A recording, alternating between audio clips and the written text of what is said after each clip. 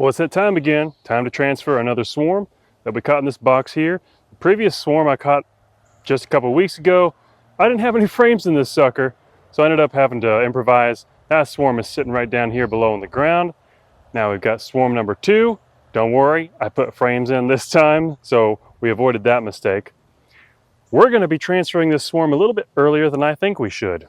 I like to wait about 5 days to give that queen a chance to start laying, because once a queen's laying, you don't have to worry about that finicky swarm taking off yet again. I've had that happen time and time again. It's been a while since Florida, back in my swarm learning days. Still learning, by the way. But some of you guys have been mentioning that when you see pollen coming in, you can do the transfer then. This swarm's only been here about 3 days, not my standard 5. So we're going to try it out and see if it works, because you know what? Hey, why not? We're beekeepers. This is how we learn, so stick around.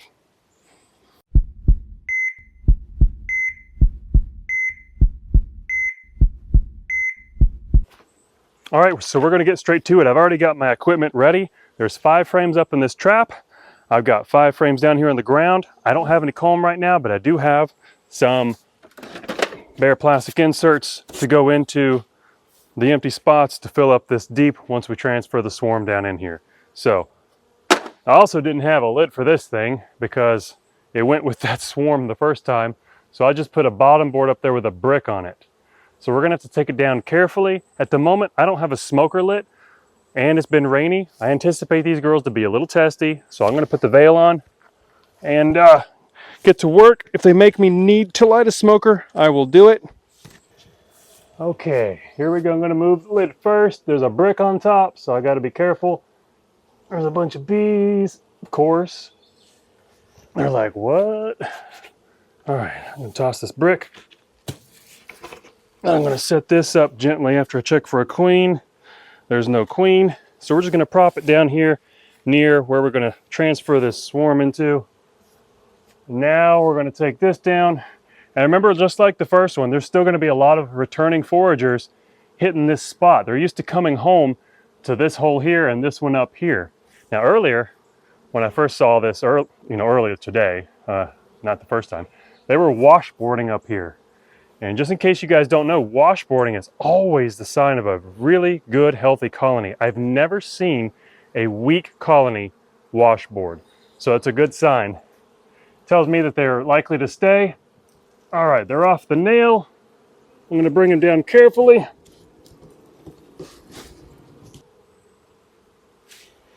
Now we're going to start a transfer. Now there's one flaw. Ever since I sold the Beak Jeep, none of my tools have been in the right area. I don't even have a hive tool today. This looks like a nice box full of bees. Fortunately, they're not propolized. These frames aren't propolized in place, so it's going to be an easy removal. All right, got some good looking girls there. I don't see where they've really started drawing any wax, but you know, they haven't been here long. So let's give them a break. I'm going to put these frames in the exact order that they're sitting in here. The bees already know what kind of structure they want. I'm going to allow them to continue it and mimic it over here. And they're not really that testy. They're pretty nice, very forgiving. This frame's a little heavier. They've got comb coming off the bottom there. And this frame's got a little bit of comb on it that they're starting to whiten up. What I'm going to do is, normally I would shake the bees off of something like this, but this swarm I don't feel is very established yet, so I'm not going to shake any bees. I'm just going to peel this comb off, and then I'll shake these bees off. That's what they've got so far. There's no eggs in there, no nectar. Set this to the side, put these bees over here. If I see the queen, great. If not, no big deal. This is an experiment to see if they'll stay, since I'm transferring them early. All right, next frame. Looks like they built a little bit more comb on the bottom of this one. That's all right too. I just hope she hasn't started laying in it. Look at that. They didn't even try to start drawing wax on these frames. They just started doing it from the bottom. Okay. I'm going to gradually get my hand on that. All right, there we go. Now back and forth. I'm going to peel it off. Fresh comb in a colony is always pliable, easy to work with. Now we got a nice handful of bees on that. Now the queen could be in this, so I'm going to just shake them in the box here. And she has started laying. So she started laying early, which means that they are established, and day 3 is still okay, at least for this colony, to be transferring them. One more little thing of comb here. They do have some buildup on the side here I'm going to peel off as well. And this one right here, this would have been an excellent piece for the queen to be on, because it's being actively laid with eggs, so I'm glad I put it down in here to shake in case she was on it. I'm going to put that out front. That out front. We got 2 more frames to go. Another piece of comb. We'll just do like we've been. Ow! Ooh, ow! Yep, got one. Right in the finger. All right, I don't feel it anymore. Shake. Other than the one little sting, these bees are still being quite nice. Now they're starting to freshen up the comb on this one. You see where it's being whitened right in here. Got some older comb over there they're working on. So they got some work to do. I feel like even though this is earlier than I normally transfer a swarm, I feel like it was just on time, because they would have continued to draw that comb, that wild comb, down on the bottom of these frames.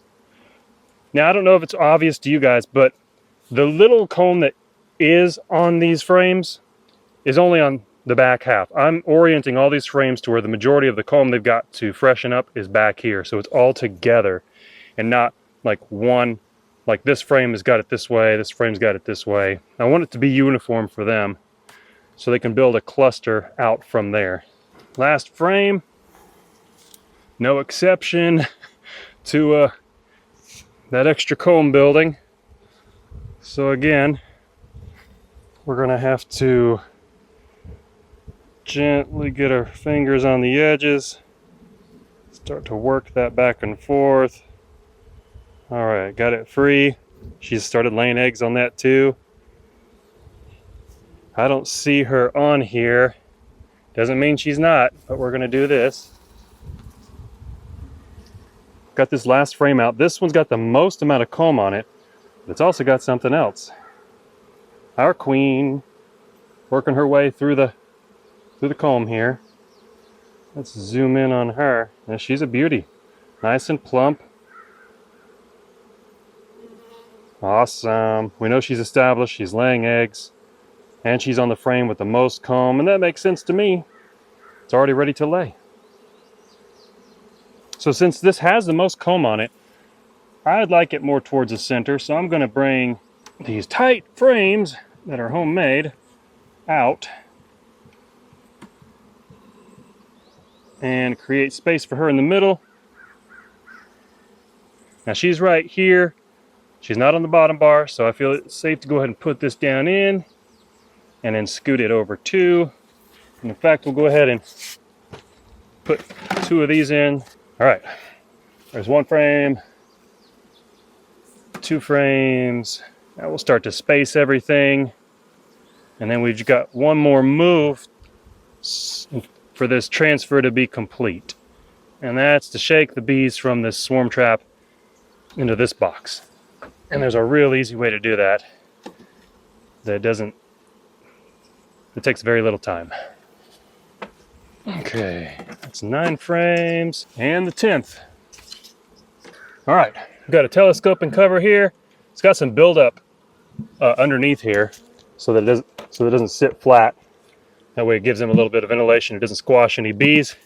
Now, I'm glad that we know the queen is not in this box, and I'll show you how we're going to deal with this. All right, we got a lot of bees down in here. A lot of chaff too that they dropped, so I do a bump, get everyone down, bump to the side, and I put them all out front.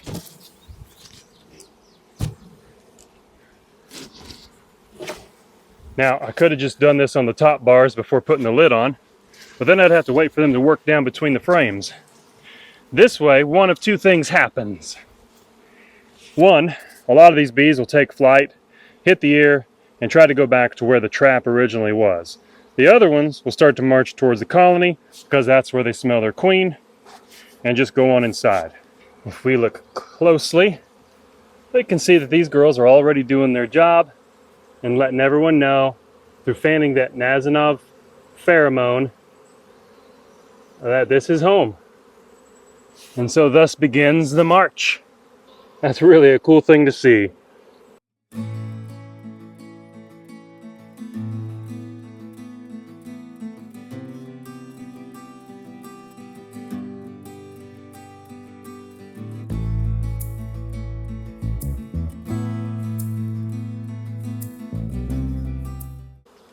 Now, one thing that I feel is important to note is realizing that this kind of thing is going to happen. That's just where the bees oriented on, right? So they're landing, they're disoriented, they don't realize home is down here on the ground yet.